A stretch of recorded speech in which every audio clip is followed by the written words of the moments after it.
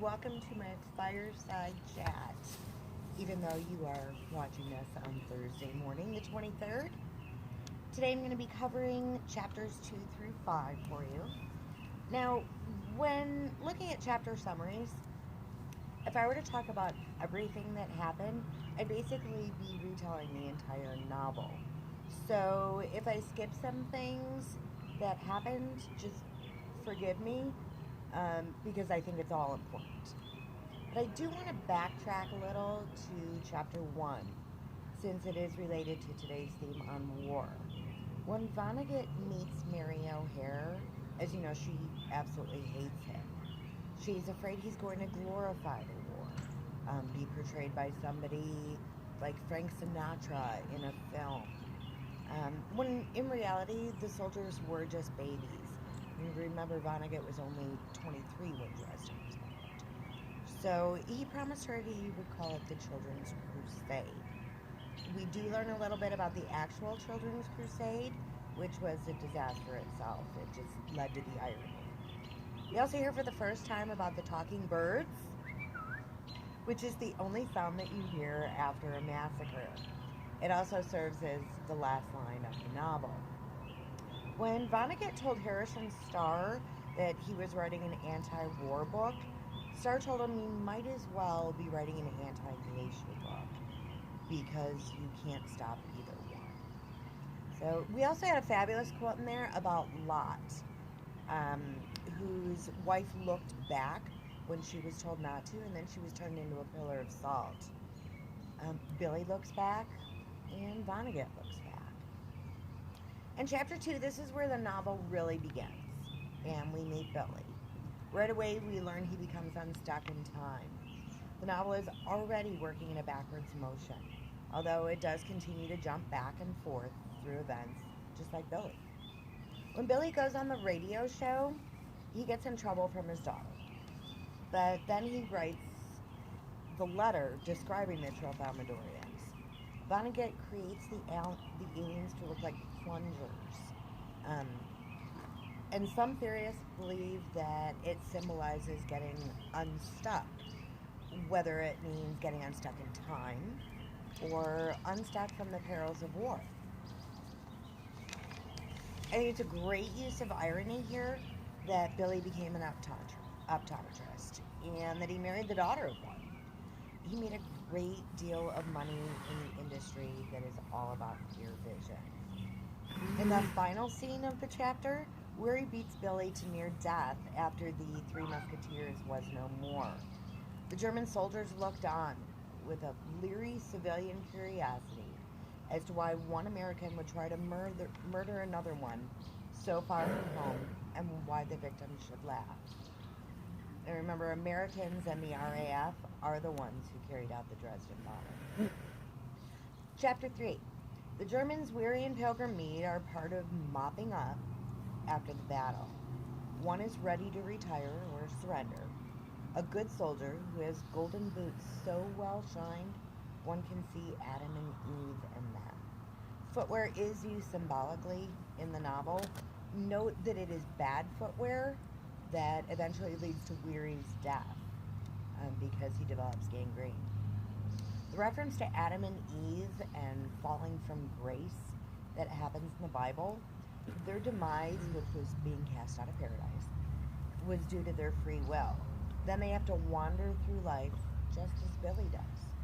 Free will be addressed on day 3, so I won't get into that more right now.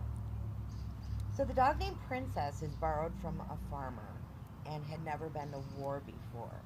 She's just another innocent victim. Billy's helped up by one of the young boys. The scouts who had abandoned Weary and Pilgrim are shot nearby as they wait to attack the Germans.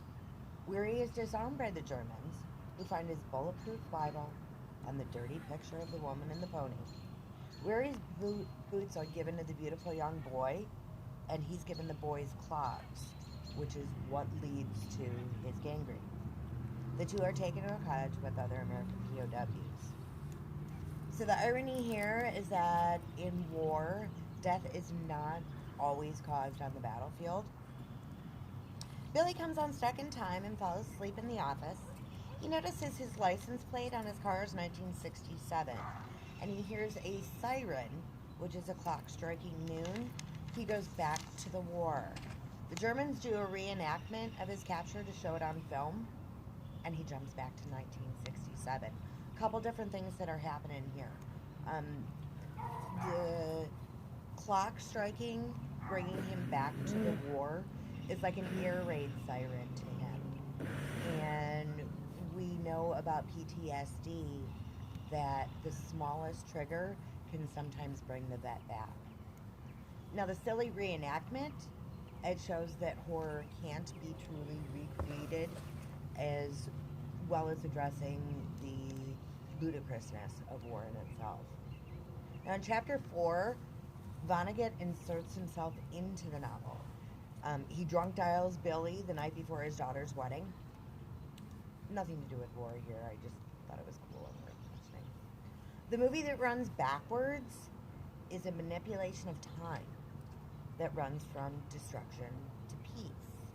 Vonnegut and Billy want to undo the suffering that war creates. And then Billy describes the delousing in the POW camp to his Trafalmadorian abduction. He compares them. Vonnegut is likening war to science fiction here and addresses the unrealness of it. In chapter 5, one of the biggest anti-war statements is introduced with the tiny coat that Billy's given. It is another reference to how they were just children, and obviously the wearer of the coat suffered a horrible death because it's riddled with holes. When the German soldier is asked why he knocks down the American, he asks, why not? It just happens, and so it goes. The British POWs have not seen war for a very long time, and only hear about it from those who enter the camp. They seem to make a mockery of it. They have those banquets and the plays that they perform, and it becomes a work of fiction for them. When Billy has his mental breakdown, the doctors do not feel that it has anything to do with the war whatsoever, and attribute it to his very rough, traumatic childhood that he had. Remember, PTSD was not a thing then that was diagnosed.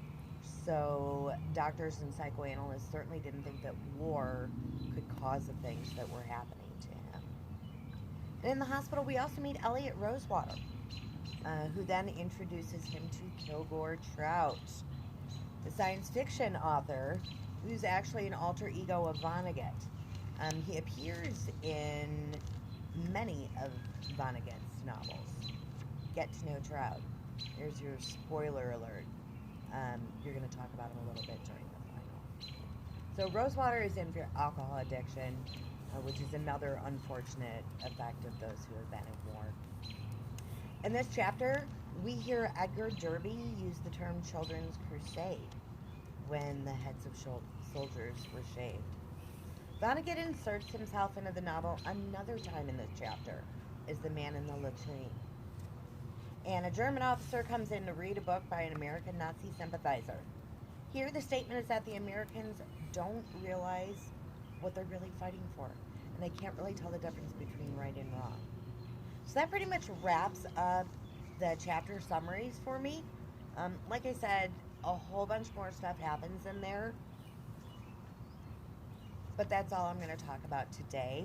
So the way your day is going to roll when you're done with this, you are going to go on Nearpod, and the code is on Blackboard for you. And you're just going to do a 6-question quiz competing against each other, so that'll be kind of fun. And then you're going to watch an interview with a survivor of the Dresden bombing that was recorded on Good Morning Britain in 2019. And then you're going to do a discussion board, a couple of them actually, and all the details for those assignments are going to be on Blackboard as well. Then you're going to read a couple letters written by Vonnegut, and then you are going to watch a really moving video about survivor syndrome and soldiers with PTSD. And then you've got a journal entry to do, which is due on Friday at 11:59 p.m. You get an extra day on that because I know I gave you guys a lot of stuff to do, and if you're like me, you're completely overwhelmed right now. You're almost done with this. We got this. Everybody have a great day. Email me if you've got any questions. Take care. Now I'm going to have a s'more.